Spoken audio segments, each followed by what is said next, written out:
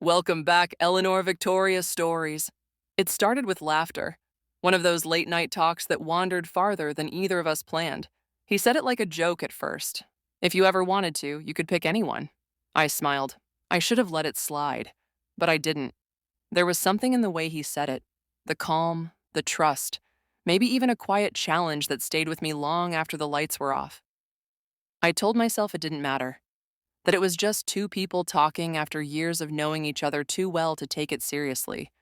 But the thought didn't fade. It in quiet moments, soft, curious, almost gentle. And by the time I realized how much I wanted to know if he meant it, it was already too late to forget.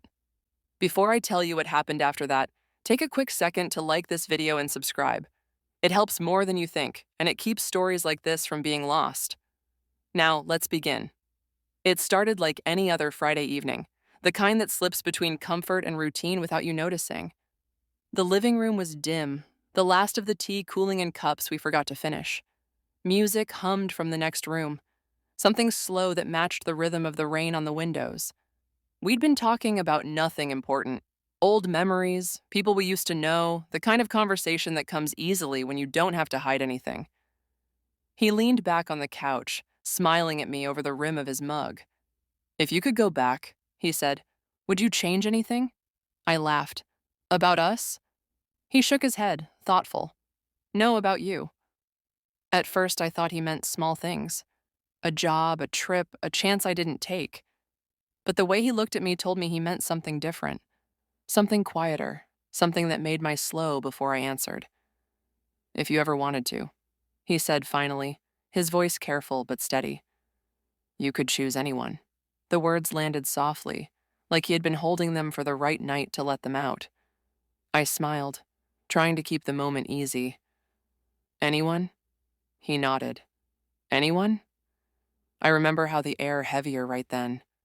Not tense, just full, like a door had opened somewhere, and neither of us knew if we should close it. If I had known what that conversation would start, I would have changed the subject. But I didn't. I asked him why. He looked at me for a long moment before answering.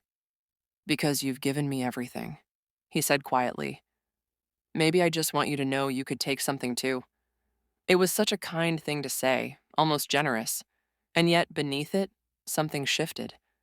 The kind of quiet you don't notice until later. When you realize how loud it really was. That was the moment it stopped being a joke. I just didn't know it yet. I reached for his hand, tracing a small circle over his thumb. "You'd really be okay with that?" He didn't answer right away. He just held my gaze, his expression unreadable, and nodded once. That was all it took. One simple truth spoken out loud to make it real. We sat in silence afterward. Not awkward, not cold, just still. He leaned forward, pressed my hand to his cheek, and smiled like the subject was over. It wasn't. When he fell asleep, I lay beside him, staring at the ceiling, replaying his words in the dark. Choose anyone. It was supposed to stay in that moment. A thought, a spark, nothing more. But some ideas don't fade when the lights go out. The coffee maker clicked before sunrise. He was already gone. Steam rose, ordinary and quiet, but the sound last night back into focus. You could choose anyone. I didn't know one sentence could echo louder than an apology. I tried to push it away. Emails, dishes, the same morning playlist, but everything caught on it. The cup in my hand heavier, the air thicker. By the time I stepped outside, I was repeating his words under my, like a secret no one asked me to hold. It wasn't guilt that stayed. It was permission. Quiet, patient, waiting. At the market, I caught myself glancing too long at strangers. Nothing planned, just eyes noticing things they usually ignored. Every smile sharper than it should have. Every look like a question I wasn't ready to answer. I told myself I was only curious, testing the idea. That afternoon, I stopped for coffee. The barista slid the cup toward me, his hand brushing mine by accident. Or maybe not. He smiled. I smiled back too easily. That was the first time I tested the edge of the rule. The hours after blurred, every sound closer. Every reflection caught me looking more aware of myself than usual. I wished I had stopped while it's still harmless. When evening came, The house was quiet again. He was reading in bed, the light soft across his face. I lay beside him, phone in hand, a blank message open. My thumb hovered over the screen. The name wasn't random. It never is. I told myself it was just curiosity. It never is. When I pressed send, the sound was softer than I expected, and somewhere between the click and the silence that followed, I knew the choice was already waiting for me. The day longer than it should have. I tried to move through it like normal. Dishes, laundry, errands, but everything out of rhythm. Too fast, too slow, like mine knew something was coming before my mind would admit it. He texted me in the afternoon. A simple update about his meeting followed by, "I'll be home late. Don't wait up." I stared at the message before replying with, "Okay." I kept rereading it. It didn't say much, but it like permission. That day longer than any I can remember. I should have known I was already walking towards something I couldn't stop. By 5, the sky softened, gold fading into gray. I moved through the bedroom with steady purpose. Not rushed, not still. Each choice deliberate.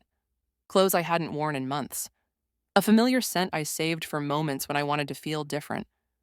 A jacket shaped by another season. Even then, I believed I was still in control. I didn't really look at myself in the mirror, just enough to be sure everything sat where it should. My hands moved slower than usual. I kept smoothing fabric that didn't need it. There was no message confirming a time. No knock on the door. Only the quiet space between now and whatever came next. I sat for a while, unsure if I was early or he was late. The room dimmed as the sun slipped away. I didn't turn on the lights. My phone buzzed once. A name, no words. I stood without thinking. I told myself I could still change my mind. I didn't. The hallway longer than usual. Each step too quiet. Every sound in the house suddenly louder. The creak of the floor. The soft shift of the lock when I turned it. I paused with my hand on the knob. He was on the other side. When I opened the door, I didn't smile. Neither did he. We didn't need to. I told myself it was fairness, a way to balance the space between us. But what I really did was trade trust for curiosity. And once it was gone, nothing I gave could bring it back. Be honest. If someone you love told you to choose anyone, would you believe them or walk away before it cost you everything? Tell me in the comments. I'll be reading. If this story, please take a second to like the video and subscribe. It's the simplest way to support the channel.